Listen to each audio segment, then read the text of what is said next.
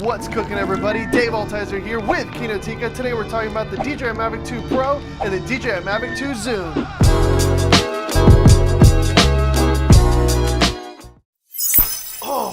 Before we get started, if you're new here and you're interested in the MAVIC 2 Pro and the MAVIC 2 Zoom, then make sure that you're subscribed and enable that notification icon so that you don't miss out on any of the amazing new videos on these drones. Because we've had the MAVIC 2s for so long, we're not just regurgitating article information about them, but sharing real-world knowledge that we've gathered over our time using them. The original MAVIC Pro took the world by storm with its compact size and image quality, but since the 2 years that the MAVIC Pro has been out, the Spark has come out from DJI and the MAVIC Air, which both are more compact and more portable than the original MAVIC. The DJI Spark and the MAVIC Air were always geared more for consumer-minded people, so with these new MAVIC 2s, we can clearly see that DJI is filling in their Pro lineup. In case you haven't picked up on it, there isn't just one new MAVIC, there are two. The MAVIC 2 Pro and the MAVIC 2 Zoom. The MAVIC 2 Pro has a glorious 1-inch sensor designed by Hasselblad with an f2.8 to f11 adjustable aperture and can record in 4K at 10-bit.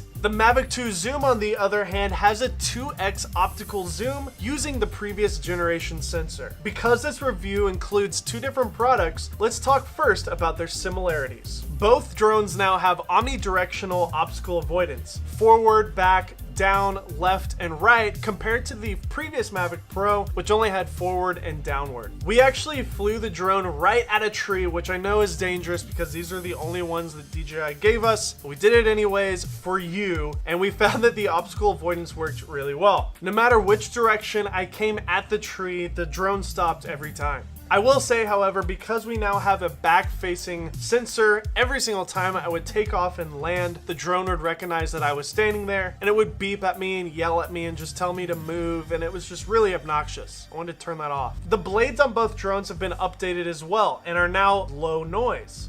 See?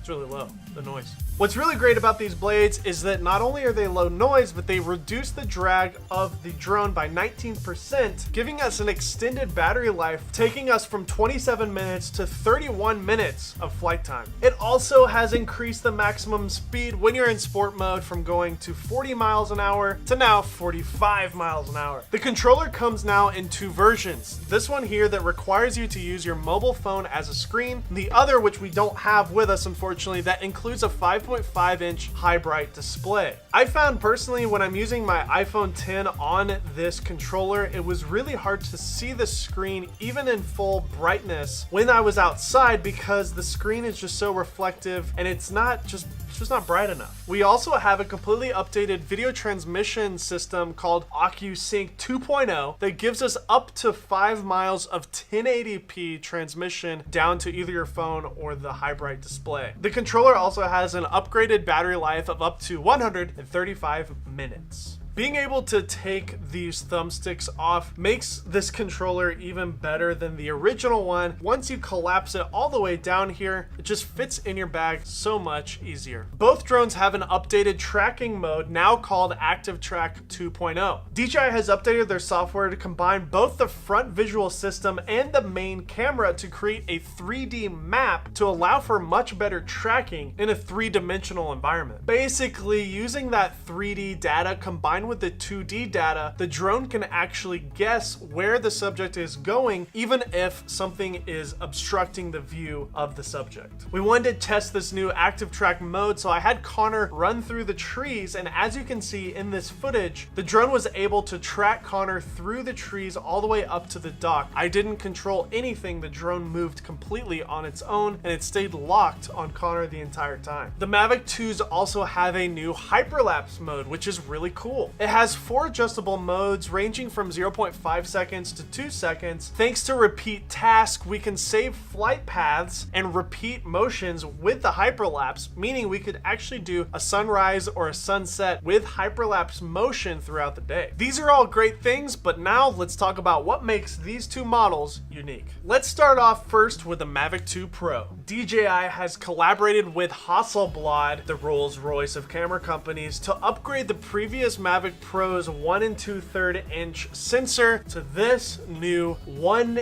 inch sensor. The M2 Pro camera has a 28mm field of view with an adjustable f2.8 to f11 aperture. The larger sensor also means this drone performs better in low light than the previous Mavic Pro, going from 3200 ISO from the older one to now 12,800. But if you're not aware, this 1 inch sensor is a big deal. I personally have found that this 1 inch sensor makes the footage coming off of this thing look less like a GoPro and more like a real camera. But to make things even better, the M2 Pro records in a 4K 10-bit color space. 10-bit records over 1 billion colors compared to 8-bit, which only records 16 million colors, which basically means that we're getting much better color and dynamic range. With that 10-bit color space, of course, it would go lost if you didn't have a great log profile or other ways to manage the footage in post-production. Luckily, the M2 Pro has a new D-Log M and HLG mode, giving us much more malleability in post-production. And if you want to take photos using this drone, which I guess you could do, we have a 20 megapixel sensor able to take both JPEG and RAW. The previous Mavic Pro didn't have adjustable aperture, but we now have it in the M2 Pro, giving us the ability to adjust exposure using aperture instead of shutter speed. Moving on to the zoom. Well, as the title suggests, it zooms. Let's just get this out of the way first. The Mavic 2 Zoom is using the exact same sensor from the Mavic Pro, which means you're not going to have much of an upgrade in terms of overall image quality, but what has upgraded is the lens. We now have a 24mm to 48mm optical zoom that you can actually control on the ground using your remote.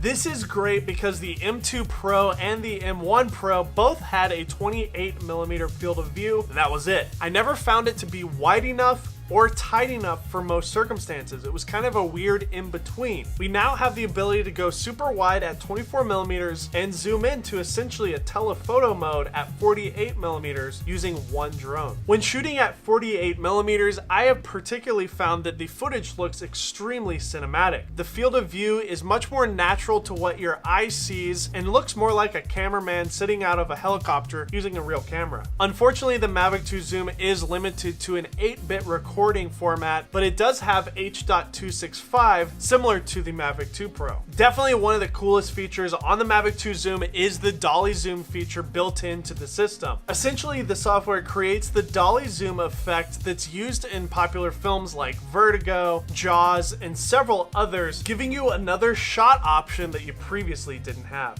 These two new drones are awesome. Share this video with anyone you think is interested in learning more about the new DJI Mavic 2 drones. Overall, DJI has given us more than we could ask for. If anything, it makes it harder for you to decide which one to get. Each one serves particular needs and functions. If you need help deciding which one to get, then check out our comparison video between the Mavic 2 Pro and the Mavic 2 Zoom. And hit that subscribe button to be notified for more. Once again, I'm Dave Altizer. These are the Mavic 2 Pros that we've been hiding from you for about a month, and it's been killing us.